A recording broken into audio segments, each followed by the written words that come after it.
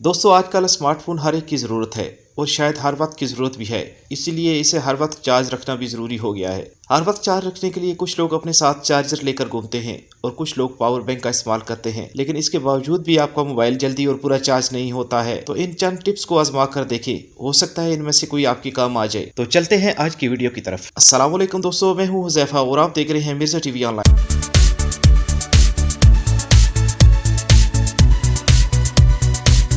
दोस्तों मोबाइल जल्दी चार्ज करने की पहली टिप है चार्जिंग सॉकेट की सफाई।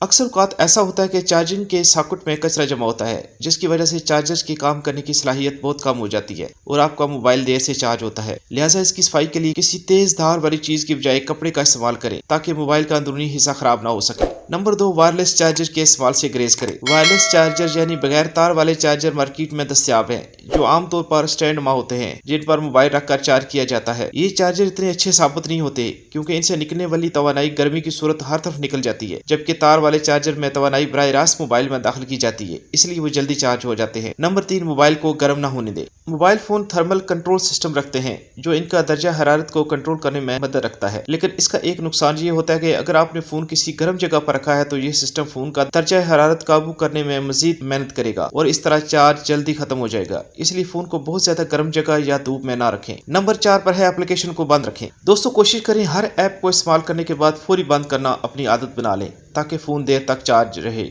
ये तो थी चंद टिप्स जिनकी वजह से आप अपने मोबाइल को ज्यादा देर तक चार्ज रख सकते हैं। दोस्तों इसी तरह के मुफीद और मालूमाती वीडियो के लिए हमारा channel Mirza TV online subscribe करें, वीडियो को लाइक करना ना भूलें और किसी किस्म के सवाल के लिए कमेंट सेक्शन में लाजमी पूछें। अगली वीडियो तक के लिए अल्लाह हाफिज़।